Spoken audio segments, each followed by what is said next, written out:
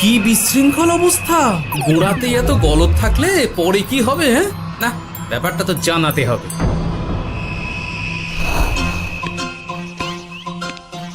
এই তো মহারাজের প্রিয় গোপালও চলে এসেছে। তাহলে এবার সভা শুরু করা যাক মহারাজ। সে আপনি যাই বলুন না কেন মন্ত্রী মশাই, আজ আমার আপনার সাথে ঝগড়া করার কোনো ইচ্ছেই নেই। কেন গোপাল, কি হয়েছে তোমার? কি আর বলি মহারাজ, কৃষ্ণনগরের ভবিষ্যৎ দেখে আমি তো ভাষাই হারিয়ে ফেলেছি। বলো কি, কৃষ্ণনগরের ভবিষ্যৎ? তা শুনি খুব ভালো কিছু নিশ্চয়ই। এতে আর শোনার কি আছে মহারাজ, অবশ্যই ভালো হবে। সে কথা তো আমি একবারও বলিনি মন্ত্রী মশাই। আহা গোপাল, ভনিতা না করে বলি ফেলো না দেখি, কি এমন দেখেছো কৃষ্ণনগরের ভবিষ্যৎ?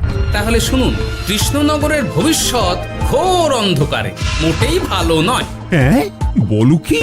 কৃষ্ণনগরের ভবিষ্যৎ বলতে আমি ছোট ছোট ছেলে মেয়েদের কথাই বলছি। ওরাই তো আমাদের কৃষ্ণনগরের ভবিষ্যৎ। ঠিক কথা, কিন্তু তার সাথে অন্ধকারের কি সম্পর্ক? সম্পর্ক আছে মহারাজ। আজ সকালে রাজসভায় আসার পথে দেখি পাঠশালায় বাচ্চাদের পড়াশোনা বাদে সবই হচ্ছে। তা এরকম চলতে থাকলে কি করে রাজ্যের ভালো হবে বলুন দেখি? না হওয়ারই বা কি আছে শুনি? পড়াশোনার সাথে রাজ্যের ভালো খারাপের কি আছে? সত্যি, মন্ত্রী হয়েও যে আপনি এসব কথা বলেন ভাবলেও অবাক লাগে। গোপাল, মুখ সামলে কথা বলো। আপনিও তাহলে আগে বুঝুন, তারপর কথা বলুন। আবার শুরু হয়ে গেলে তোমরা। ক্ষমা করবেন মহারাজ, কিন্তু আমি তো কিছু শুরু করিনি। মন্ত্রী মশাই তো না বুঝে কথা বলছেন। আপনি বলুন মহারাজ, বাচ্চারাই তো সমাজের ভবিষ্যৎ। হ্যাঁ, ওরা এখন যা শিখবে সেটাই তো পরে কাজে লাগাবে। ঠিক, শিক্ষার গুরুত্ব অনেক, তাকে এত অবহেলা করলে তো চলবে না। সেটাই তো মহারাজ, একে তো সকলে পাঠশালায় আসে না, তার উপর যে কয়জন আসে তাদের মধ্যেও কেউ খেলে বেড়ায়, কেউ ঘুরে বেড়ায়, এসব হয়। বুঝলাম, কিন্তু রাজপণ্ডিত কিছু বলে না। কি করে বলবেন মহারাজ? উনি তো নিজেই ঘুমে ঢুলতে থাকেন। কি? আমি কালই রাজপণ্ডিতের সাথে এই ব্যাপারে কথা বলবো। কিন্তু শুধু রাজপণ্ডিতের সাথে কথা বললেই হবে না মহারাজ, তার সাথে এমন কিছু করতে হবে যাতে ছেলেপুলেরা রোজ পাঠশালায় খুশি মনে এসে পড়াশোনা করে। তার জন্য কি করা যায় বলো তো? আর তোমার কাছে কি কোনো উপায় আছে? থাকলে তো আগেই বলে দিত, এত সময় ধরে অভিযোগ করে যেত নাকি? আচ্ছা, আপনার কাছে কি কোনো উপায় আছে মন্ত্রী মশাই? মানে এখন নেই, ভাবতে হবে। তাহলে একটু চুপ করে থাকুন। ছাড়ো না গোপাল, তুমি বলো। আমি বলছিলাম, ওই বাচ্চাদের পাঠশালার প্রতি আগ্রহ আনার জন্য যদি একবেলা ভাত, ডাল, দুধ, ডিম ইত্যাদি খাওয়ানো যায় তাহলে সেটা কার্যকর হবে বলে মনে হয়। অসম্ভব! রাজ্যের কত খরচ বেড়ে যাবে জানো? তুমি থামো তো মন্ত্রী, সব সময় খালি উল্টো কথা বলা। আমি একদম একমত গোপালের সাথে। কৃষ্ণনগরের উন্নতির জন্য আমি সব করতে রাজি।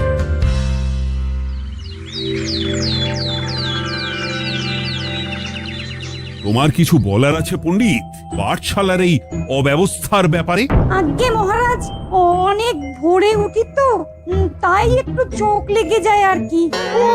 চোখ লাগারও আর সময় পেল না তোমার? পড়ানোর সময়ই চোখটা লাগতে হলো। যাই হোক, যা হওয়ার হয়ে গেছে, আর যেন এমন না হয় সেটা কিন্তু মাথায় রেখো। আজ্ঞে মহারাজ, কথা দিচ্ছি আর কোনোদিন পড়ানোর সময় ঘুমোবো না। বেশ, আর মন্ত্রী, তোমার ওপর একটা দায়িত্ব আছে।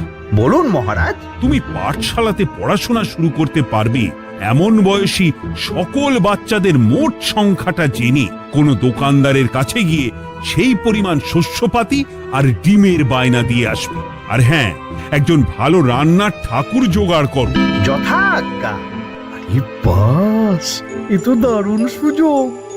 এই ফাঁকে আমারও কিছু লক্ষ্মী লাভ হতে পারে। গোপাল, তোমারও একটা দায়িত্ব আছে। হ্যাঁ, বলুন মহারাজ। মন্ত্রী যে দোকানদারের কাছে সব জিনিসপত্র বায়না দেবে সেখান থেকে জিনিসপত্রগুলো নিয়ে তুমি রোজ পাঠশালায় পৌঁছে দেবে, কারণ এসব ব্যাপারে মন্ত্রীর ওপর আমার ভরসা নেই। ঠিক আছে মহারাজ। ও মহারাজের বেশি বলে কিনা আমার ওপর ভরসা নেই। সব জোগাড় করব আমি, আর শেষ বাজিটা মারবে গোপাল। আরে না, ভালোই হলো। আমি যদি কিছু করিও তবু দোষ পড়বে গোপালেরই উপর। কি ব্যাপার, মন্ত্রী মশাই কিছু বললো না এটা শুনে? কি ভাবছে এত? ঠিকই বলেছেন মহারাজ, এসব কাজ গোপালই ভালো করতে পারবে। বাবা, ওভাবে কেন বলছো গোপাল? আমিও তো চাই কৃষ্ণনগরের ভালো হোক। বেশ, ভালো হলেই ভালো। শোনো ঠাকুর, তাহলে ওই কথাই রইলো। দেখো যেন কোনো ভুলচুক না হয়। ঠিকঠাক কাজ করলে ভালো বকশিস পাবে, কেমন? হুকুম, কোনো ভুল হবে না। পাথর ভেঙে এক বস্তা কাঁকড় আমি তৈরি করেই এনেছি, আর অর্ধেক দুধে অর্ধেক জল মেশানো আর ডিম সরানো, এই তো সব হয়ে যাবে। হ্যাঁ, তবে দেখো গোপাল যেন এর টের না পায়। না না হুকুম, দু গোপাল কেন, কাকপক্ষীও টের পাবে না।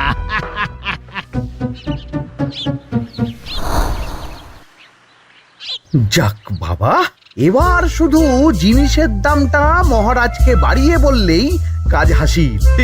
এদিকে অতিরিক্ত মূল্যটাও আমার হবে, আর বাকি জিনিসগুলো বিক্রি করার পর সেই দামও আমারই হবে।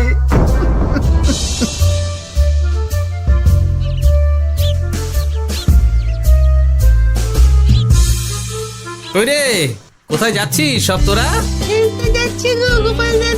কাল থেকে অবশ্যই সব পাঠশালায় যাস, কিন্তু বন্ধুদেরও বলিস যেতে। ভাত, ডিম, দুধ, আরো কত কি ভালো ভালো সব খাবার দেওয়া হবে রে। তাই ডিমও দেবে? হ্যাঁ রে, মহারাজ এই নতুন নিয়ম করেছেন। আমি নিজে গিয়ে জিনিসপত্র দিয়ে আসবো। কে মজা, আমি তো তাহলে রাত যাব পাঠশালা। আমিও যাব। বেশ দারুণ ব্যাপার হলো তো, এবার তো রোজ পাঠশালা যেতেই হবে। আচ্ছা বেশ, এবার চলি তাহলে।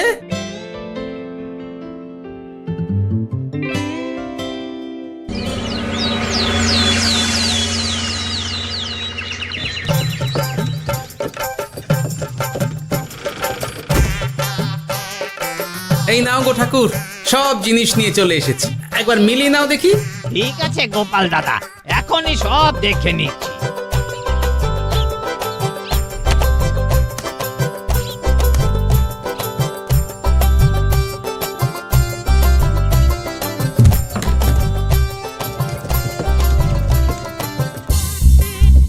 যাক বাবা, গোপাল দাদা গেছে। এবার মন্ত্রী মশাইয়ের কথা মতো সব করলেই কেল্লা ফতে।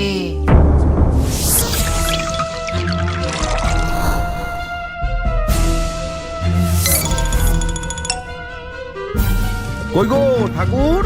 এই তো হুকুম, আপনার কথা মতো সব কাজ হয়ে গেছে। ওই দেখুন, ওখানে জিনিসগুলো রাখা আছে, আপনি নিয়ে যেতে পারেন। বাবা বাবা, খুব ভালো, খুব ভালো।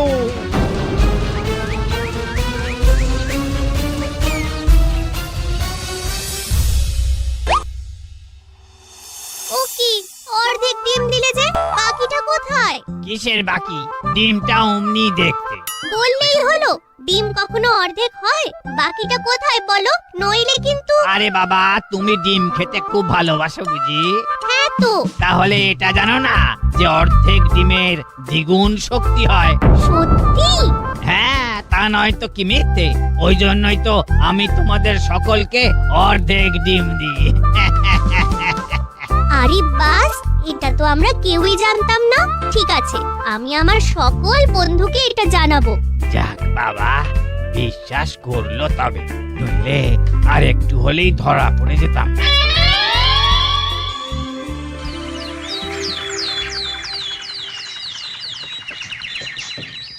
আরে, রান্নার ঠাকুর কারোর সাথে কথা বলছে মনে হচ্ছে। পেছন থেকে দেখে তো মন্ত্রী মশাই বলে মনে হচ্ছে। একটু কাছে গিয়ে দেখি তো কি ব্যাপার।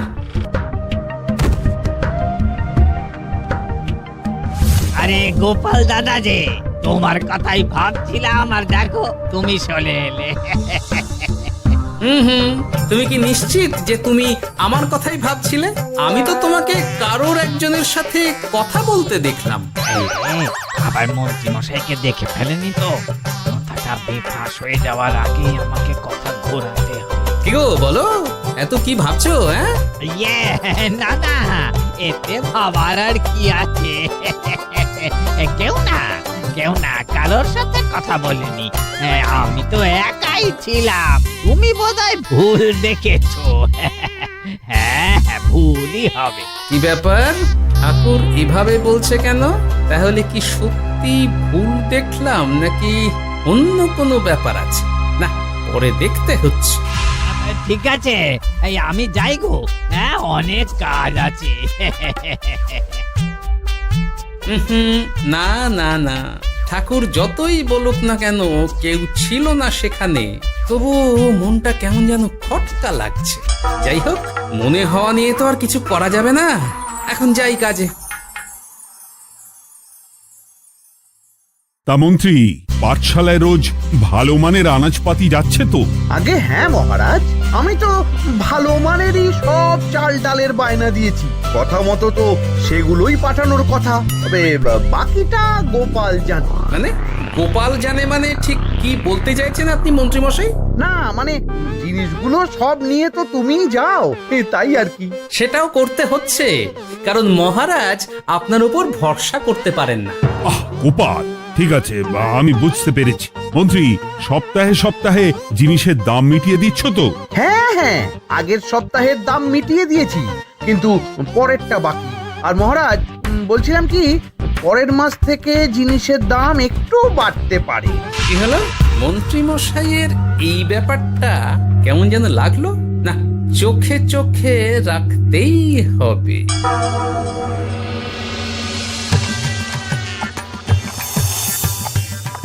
কিরে বুটি, তুই অর্ধেক ডিম খেয়ে বাকি অতটা রেখে দিলি কেন? রান্নাটা ভালো হয়নি বুঝি? না গো দিদা, খুব ভালো হয়েছে। আমি তো আসলে এখন এমনই খাচ্ছি। শিখিরি, কেন রে পুটি?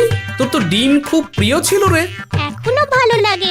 তাহলে পুরো ডিম খাচ্ছিস না কেন? এ বাবা, তুমিও জানো না, অর্ধেক ডিমের শক্তি গোটা ডিমের থেকে বেশি, মানে দ্বিগুণ শক্তি। কি বলে কি গো? এই তোকে এমন কথা কে বলেছে রে? ওমা, কেন? পাঠশালার রান্নার ঠাকুর আমাদের তো রোজ অর্ধেক ডিমই দেয়, ওই জন্য আমি একদিন জিজ্ঞেস করেছিলাম, তখন বলল অর্ধেক ডিমের দ্বিগুণ শক্তি হয়। বলিস কি রে? এতদিন ধরে এসব চলছে? না, মহারাজকে জানাতে হবে।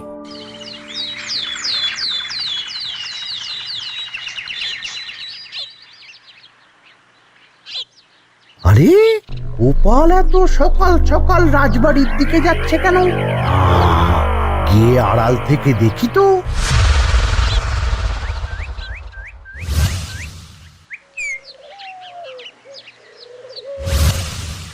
বলো গোপাল, কি হয়েছে?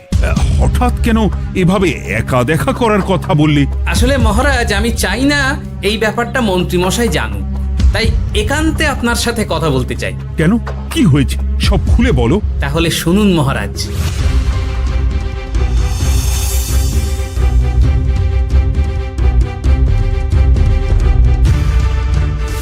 সাংঘাতিক ব্যাপার। আমি এখনই ওই রান্নার ঠাকুরকে কারাগারে বন্দি করার আদেশ দিচ্ছি। না না মহারাজ, সেটা ভুলেও করতে যাবেন না।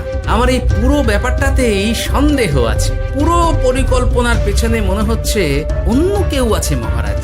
তুমি ঠিক কার কথা বলতে চাইছো? প্রমাণ ছাড়া তো আমি কারোর নাম বলতে পারবো না মহারাজ। এই রে, গোপাল বোধহয় সবটা বুঝতে পেরেছে। এবার কি করে নিজেকে বাঁচাই? কি করি? পেয়েছি। শোনো ঠাকুর, এখন কিন্তু মহারাজ সবটা জেনে গেছে। তাই দেখো, যাই হয়ে যাক না কেন, আমার নামটা যেন না আসে, নইলে কিন্তু তোমাকেই রাজ্য ছাড়া হতে হবে। না না হুকুম, দয়া করে এ কাজ করবেন না। আমি মরে গেলেও আপনার নাম নেব না। মাথায় থাকে যেন। বলো বলো, তুমি কেন এমন করেছো? আগে আগে আমি নিজে থেকে এসব করিনি মহারাজ, আমাকে এসব করার জন্য বাধ্য করা হয়েছে। কে তোমাকে সব করতে বলেছে? আগে গোপাল দাদা। কি? মিথ্যে কথা। বেশ হয়েছে, এবার ঠেলা বুঝুক গোপাল। দেখলেন মহারাজ, খুব ভরসা করতেন না আপনি গোপালের ওপর? ভাবা যায় তলে তলে এই। মহারাজ, আমি সত্যিই সবকিছু করিনি। আমি যদি এটাতে যুক্ত হতাম তাহলে কি আপনাকে নিজে থেকে এসব জানাতাম? দেখো গোপাল, এখন এসব কথা বলে কোনো লাভ নেই। সবাই জানে তোমার মাথায় কত বুদ্ধি। তুমি ইচ্ছা করে আগে গন্ডগোল করে তারপর সেটা ঢাকতে নিজে থেকে এসব বলছো। গোপাল, তুমি সত্যি করেছো কি করনি সেটা কিন্তু তোমাকেই প্রমাণ করতে হবে। এটা যেমন সত্যি যে এসব যে ঘটছে সেটা তুমি আমায় জানিয়েছো প্রথম, তেমনি এটাও সত্যি যে প্রতিদিনের শস্যের বস্তা তুমি নিয়ে যাও পাঠশালায়, তাই তোমাকেও যে সন্দেহের তালিকা থেকে বাদ দেওয়া যাবে না। বেশ, তাহলে আমি প্রমাণ জোগাড় করেই তবে এই রাজসভায় পা দেব।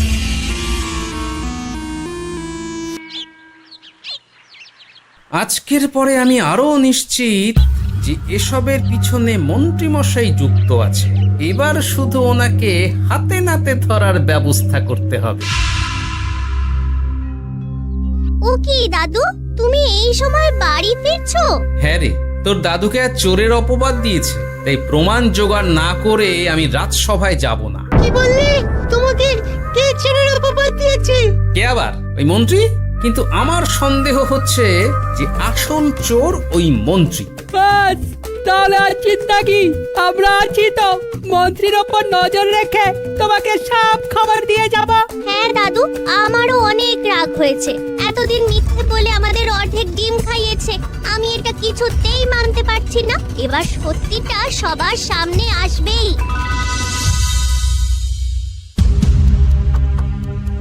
নাও নাও, আজকে চাল ডাল সব এই বস্তাতে আছে। এই নিন আজকের মূল্য। দেখো, অর্থটা কিন্তু বড় কথা নয়। তোমার যে রোজ বিক্রি বাট্টা বেড়ে গেছে, আর তার জন্যই তোমার তো আমাকে মিষ্টি খাওয়ানো উচিত। একদম, আমি কালই আপনাকে মিষ্টি খাওয়াবো, একদম পাকা কথা। তাহলে আজ চলি, কাল দেখা হবে। দেখলি মন্ত্রী মশাই কি বদমাইশ। চল এখনই গিয়ে গোপাল দাদুকে সব বলি।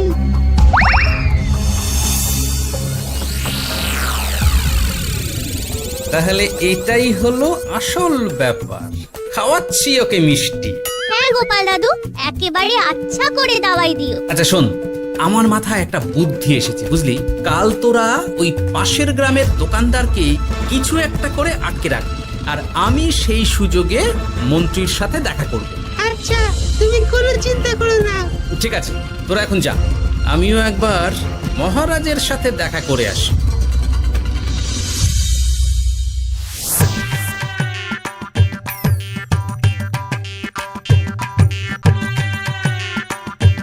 আসতে পারি মহারাজ? আরে গোপাল জি, এসো এসো। মহারাজ, কথা মতো আমি প্রমাণ জোগাড় করে ফেলেছি, কিন্তু সেটা দেখার জন্য আপনাকে কাল আমার সাথে একটা জায়গায় যেতে হবে। বেশ, আমি যাব।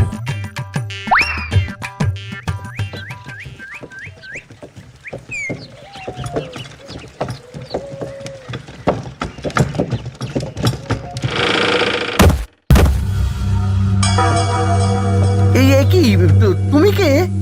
আগে আমি মালিকের খুব বিশ্বস্ত কর্মচারী। আজ সকালে মালিক একটা অন্য কাজে ব্যস্ত হয়ে পড়েছে, তাই আমাকে পাঠালো।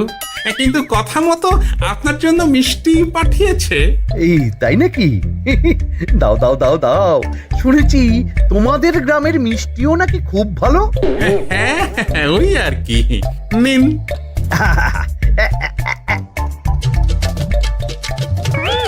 এই, ওরে বাবারে, ওরে বাবারে, মরে গেলাম রে, বাঁচাও। কেমন চলে গেল, লাগছে চলে গেল। মন্ত্রী মশাই?